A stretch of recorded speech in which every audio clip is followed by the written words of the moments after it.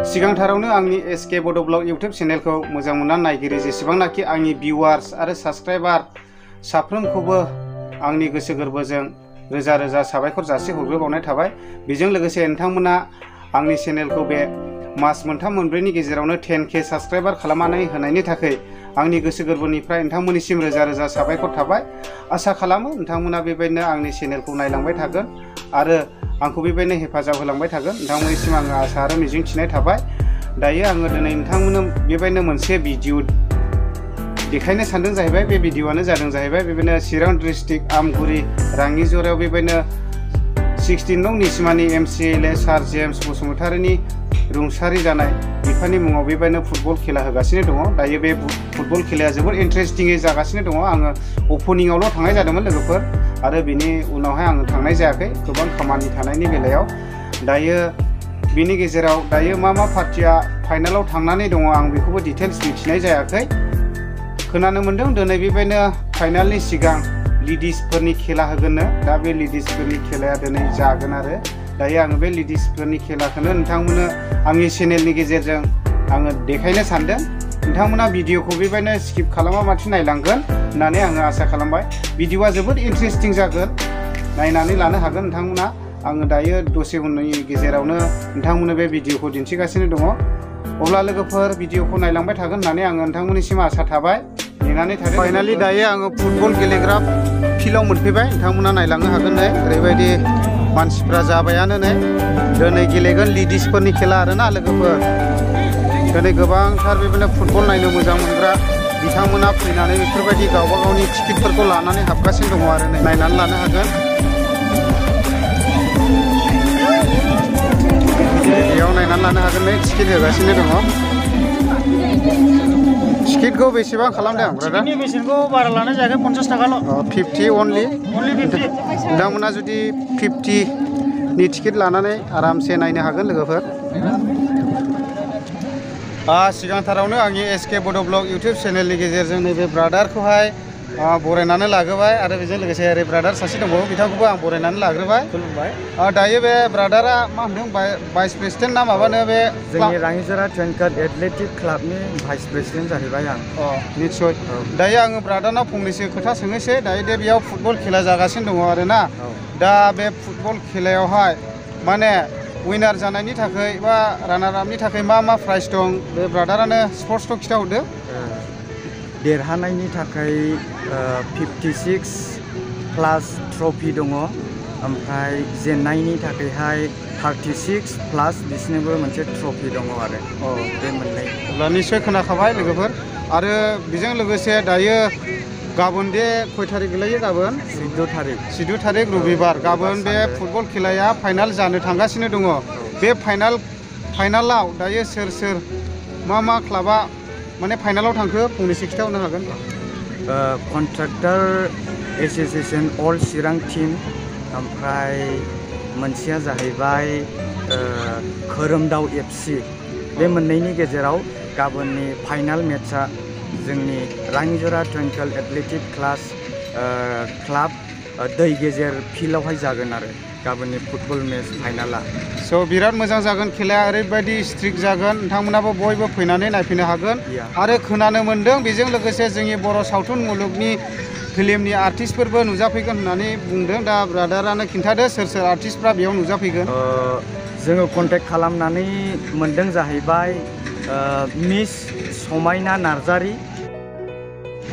बिथांनि फिल्मा थोद फाग्लि फाग्लियावहाय बिथाङा एक्ट्रिस, ओमफ्राय प्लास बिजोंनो फैफागोन सिजौ ब्रह्म, मिस्टार सिजौ ब्रह्म। बिथाङाबो गाबोनहाय जोंनि राङिजरा दै गेजेर फिल्डआव बिथांमोना गाबोन नुजाफैगोन आरो।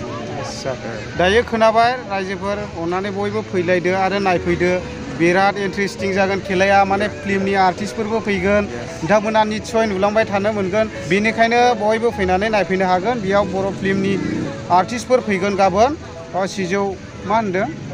सिजौ ब्रह्म। बिथाङाथ' माने एक्टर ना? एक्टर बिथाङा नायफैनो हागोन निस्सय। आरो थोद फाग्लि फाग्लिनि एक्ट्रिस नोंथांमोना निस्सय फिल्मखौ नुखाबाय, थोद फाग्लि फाग्लिखौ। दायो नोंथांमोना फिल्मावसो नुदोंमोन। गाबोननि दिनाव बे राङिजरा मा क्लाब होनदोंमोन? Twinkle athletic club. औ गाबोन बे फुटबल माने गेलेग्रा फोथारावनो बिथांमोनखौ निस्सय लोगो मोनगोन, बेनिखायनो बयबो फैनानै बेयाव माने बाहागो लाफैनो हागोन। सोरबाया जुदि अपेन बिथांमोनजों लोगो लानो गोसो दङब्ला गाबोन जोंनि राङिजरा दै गेजेर फिल्डआवहाय फैनानै बिथांमोनजों गाबोनहाय लोगो लाज्लायनो हागोन। होमब्ला बिदिनोसै लोगोफोर, गाबोन बयबो फैलायदो, नायफैलायदो। आरो र' आं मोनसे खोथाखौ थालांनाय मोनदों, ओमफ्राय टिकेटआ जेनेबा बेसेबांसिम लानाय जागोन? गाबोन जों 30 रुपिसखौनो लानाय जागोन। खोनाबाय, 30 रुपिसनो, अनलि 30 रुपिसल' आरोना, बेथ' आरो गय जानायावनो थाङो। जोङो निस्सय 30 रुपिसनि टिकेट लानानै जोङो ओरैबायदि मोजां जोङो आर्टिस्टबो नुबाय, लोगोसे फुटबल खेलाखौबो नुबाय, बेनिखायनो बयबो फैनानै बेयाव बाहागो लाफैनो हागोन। अब्ला गोजोननाय थाबाय।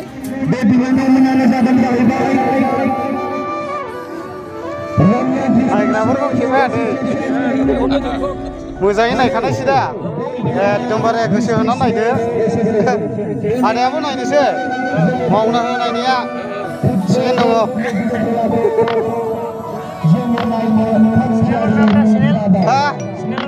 SK बड' ब्लग, SK बड' ब्लग। दायो जोंहा नै आदा खदाल बिथाङाबो दंफैयो। नाम मोजांखौ बुंथ'ले आङो। नोंबो हिन्जावफोरनि खेलाखौ नायसिगोन ने, लेडिसफोरनिखौ? औ, एसे इन्टारेस्ट मोनखादों दा? आस्सा, ओमफ्राय जेनेबा नोङो मालाबाफोर समावबो लेडिसफोरनि खेलाखौ नायफेरखाबायमोन?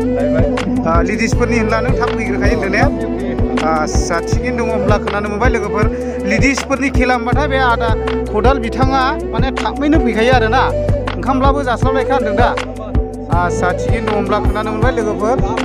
आस्सा, नायलांबाय। समफ्रामारि अफिसियेल बिथाङाबो दंफैयो। बिथाङा सियाराव सिगांनो टिकेट दाननानै जिरायनानै लाग्रोखाबाय। आरो बेबायदिनो गोबांथार फुटबल नायनो मोजां मोनग्रा रायजो राजाफोरा बेबायदिनो लैहोर लैहोर फैनानै सारियाव जिरायनानै दङ नै नायनो थाखाय। लेडिसफोरनि फुटबल खेलाखौ नायनो मोजां मोनग्रा साफ्रोमबो फैनानै सारियाव दङ, जिरायनानै नायनानै लानो हागोन। दायो बियो रङिया स्पर्ट्स डिस्ट्रिक्ट एस'सिएसन, नोंथांमोना नायनानै लानो हागोन नै, मोजाङै नायनानै लानो हागोन। नोंथांमोननोबो जुदि निस्सय नांगौब्ला मालाबानि समाव माने कन्टेक्ट खालामनानै लायनो हागोन, नायनानै लानो हागोन लोगोफोर। फारियै नायनानै लानाय बिथांमोनानो रङिया डिस्ट्रिक्ट स्पर्ट्स एस'सिएसन, नोंथांमोना नायनानै ला। नोंथांमोननो बेबायदिनो मालाबानि समाव निस्सय नांगौब्ला कन्टेक्ट खालामनानै लायनो हागोन लोगोफोर। बेनो गोथां ड्रेस गाननायानो जाहैबाय गवालपारा डिस्ट्रिक्ट स्पर्ट्स एस'सिएसन। नोंथांमोननोबो बेबायदिनो मालाबानि समाव निस्सय नांगौब्ला कन्टेक्ट खालामनानै लायनो हागोन लोगोफोर। सारियै नायनानै लानाय आरो प्लेयार्सफोरखौ मोजाङै सिनायनानै ला, नायनानै लानो हागोन नै सारियै। बिथांमोनानो गवालपारा स्पर्ट्स एस'सिएसन। दायो हुइसेल मेना खेलाखौ स्टार्ट खालामनानै होनाय जासिगोन। देरहानायनि थाखाय बेबायदिनो 17,000 फैसा हरनाय जागोन आरो जेननायनि थाखाय बेबायदिनो 14,000 फैसाखौ हरनाय जागोन।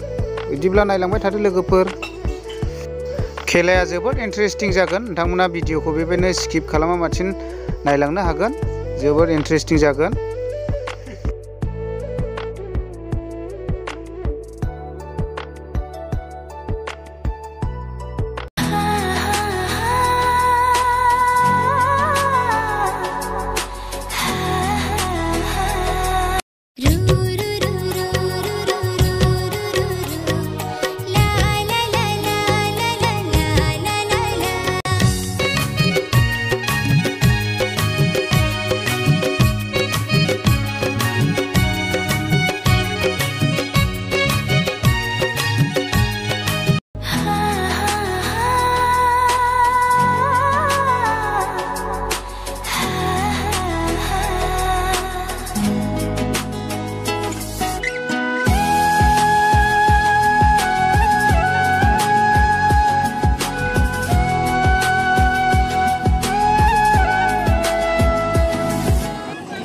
दायो बिदिब्ला सारियै खेलाखौ नायलांदो।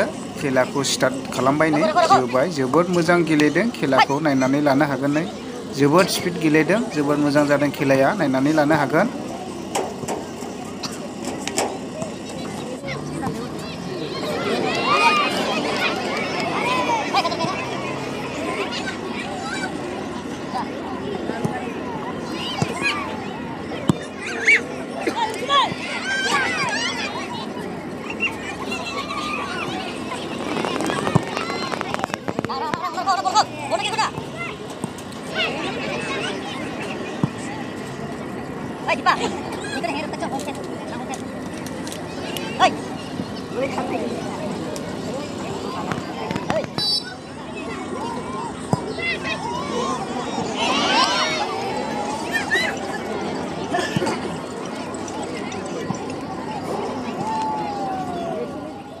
बे गोथां गाननायानो जादों जाहैबाय गलफारामोन बिथांमोना 3 गराव जेनबाय